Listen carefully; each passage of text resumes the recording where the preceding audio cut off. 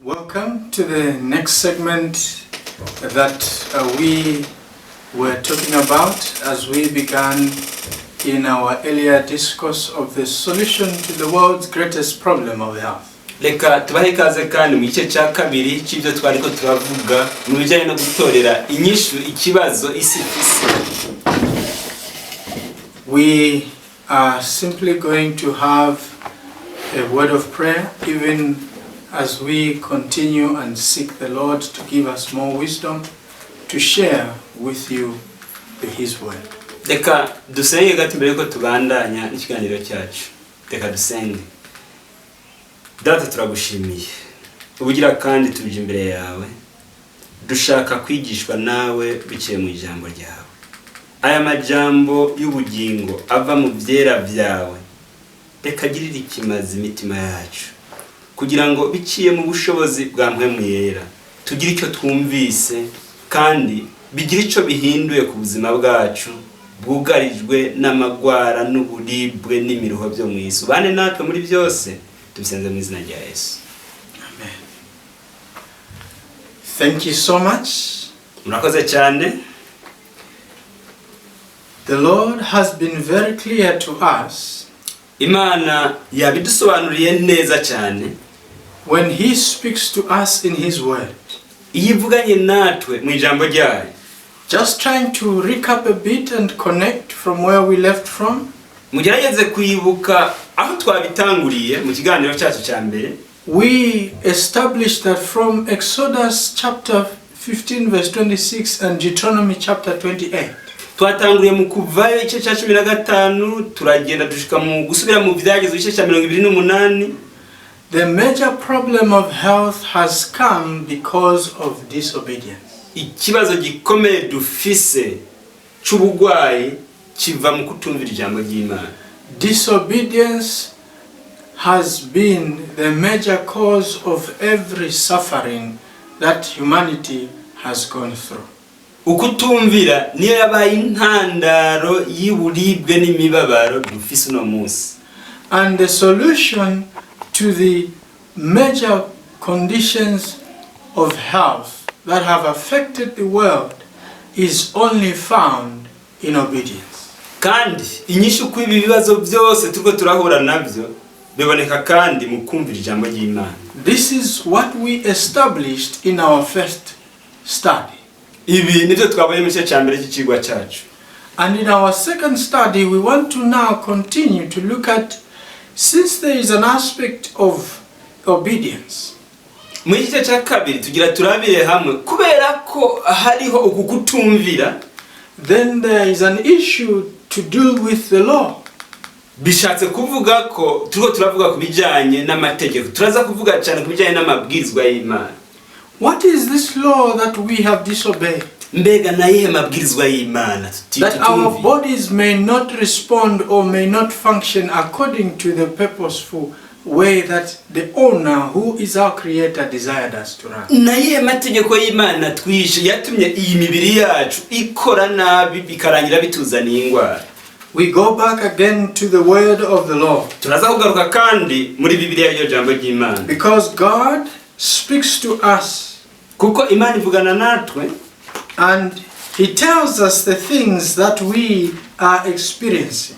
Kandi itubwira ibintu turiko turabamo uno munsi. We read Psalms 100. Twirukire muri Zaburi y'ijana to begin to establish that our existence did not just come about from anywhere. Turiko twubaka ikintu kitwigisha ko ukubaho kwacu atari ibintu byaje giturumbuka. The word of the Lord says Jambo ry'Imana riratubwira in Psalms 100 verse 3. Muri Zaburi y'ijana ku murongo wa 3. Know ye that the Lord He is God. Mumenye yuko Uhoraho ari we Mana. It is He that has made us. Niwe yaturemye. And not we ourselves. Natwe turabiwe. We are His people. Turabantu biwe. And the sheep of His pasture.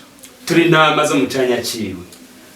These words are coming from God, and He is telling us that we should know that it is He who made us. Aya n'amajambo dukura muri Bibiliya atwibutsa ko Imana ariyo muremyi wacu. And because God made us, kubera ko rero Imana ariyo yaturemye, beloved, it simply tells us that there is something that He knows so much about us. Bakundwa, ibi bisigura ko Imana ariyo yaturemye hari byinshi ituzi kibwirizwa kutubwira. Since God made us, kubera ko Imana ariyo yaturemye, He understands us. Iradutahura, iradusobanukiwe cyane. And He knows us. Kandi iratuzi cyane. Very well. Iratuzi cyane gose. That tells us, beloved, ibi bitubwira bene data, that God ko Imana has the solution to our problems. ifise inyishu ku bibazo byacu.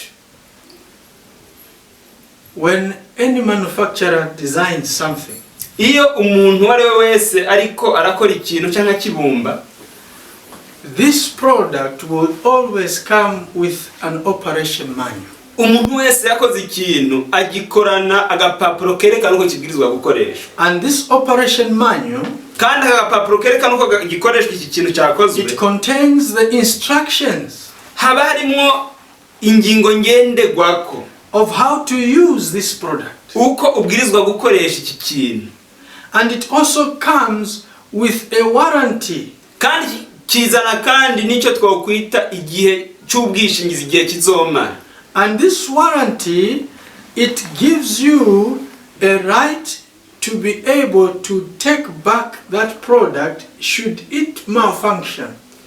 Ubu bwishingizi cyangwa se icyo twakwita garanti ni ikintu cyerekana niwagikoresha kikononekara icyo giringo kitarahera yuko ubwirizwa kugisubiza. But this warranty only qualifies when you have used the product according to the instructions. Muga mwibuke ko garanti y'ikintu iba igikora mu gihe cya kintu wagifashe neza, wagikoresheje neza. So if you have breached the instructions that are in the operation manual, then your warranty does not qualify. Iyo rero udakurikije amategeko yanditse kuri gaga papuro, hama ikintu kacyonone, ijya garanti yawe ntago iba igifise valeur.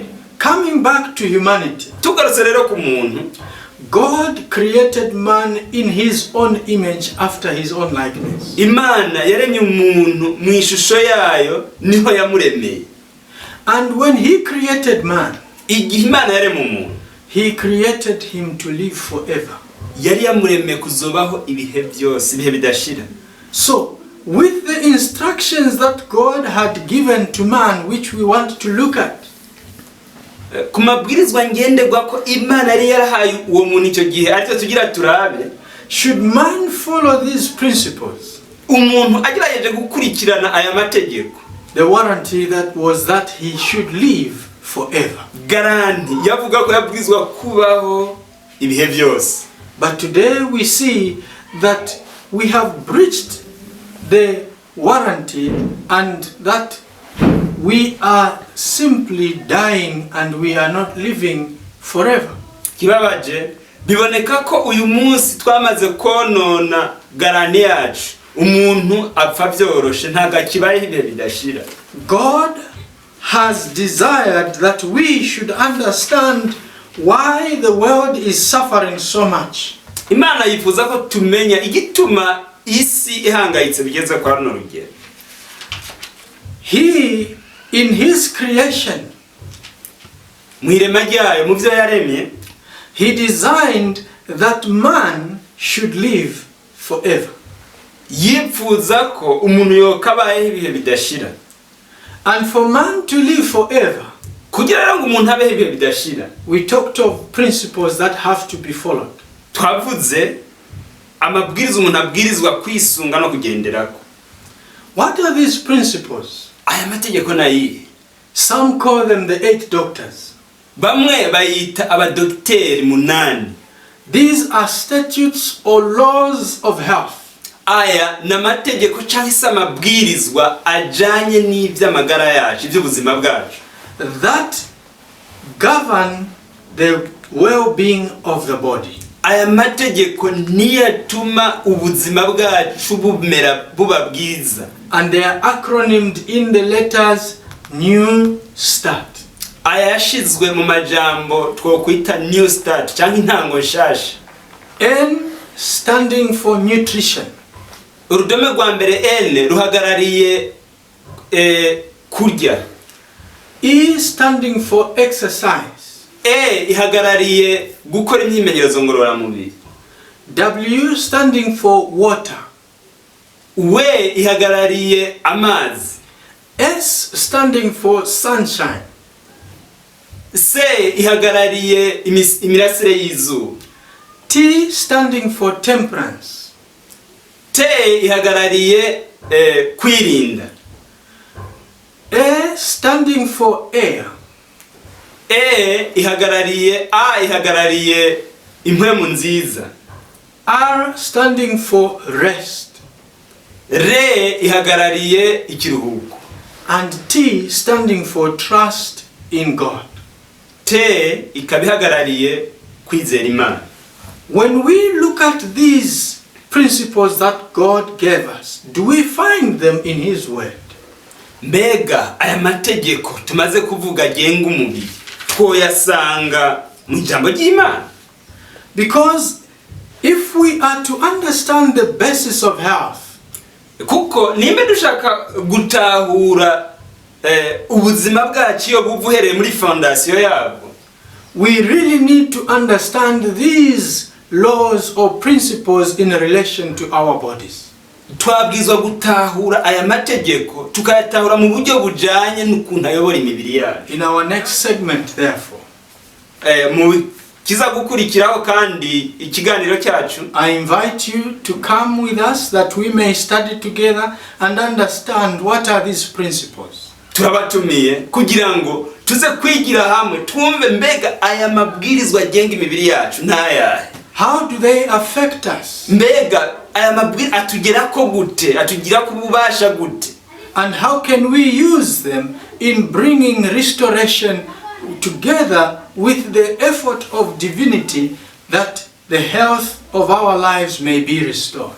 Mbega aya mategeko agenga umubiri turaza kurabira hamwe twoyakoresha gute kugira ngo adufashe ubuzima bwacu bwononeka bwabaswe n'ingwara tubuvemo dukoresheje aya mategeko. God bless you. Remember, everything is possible with God.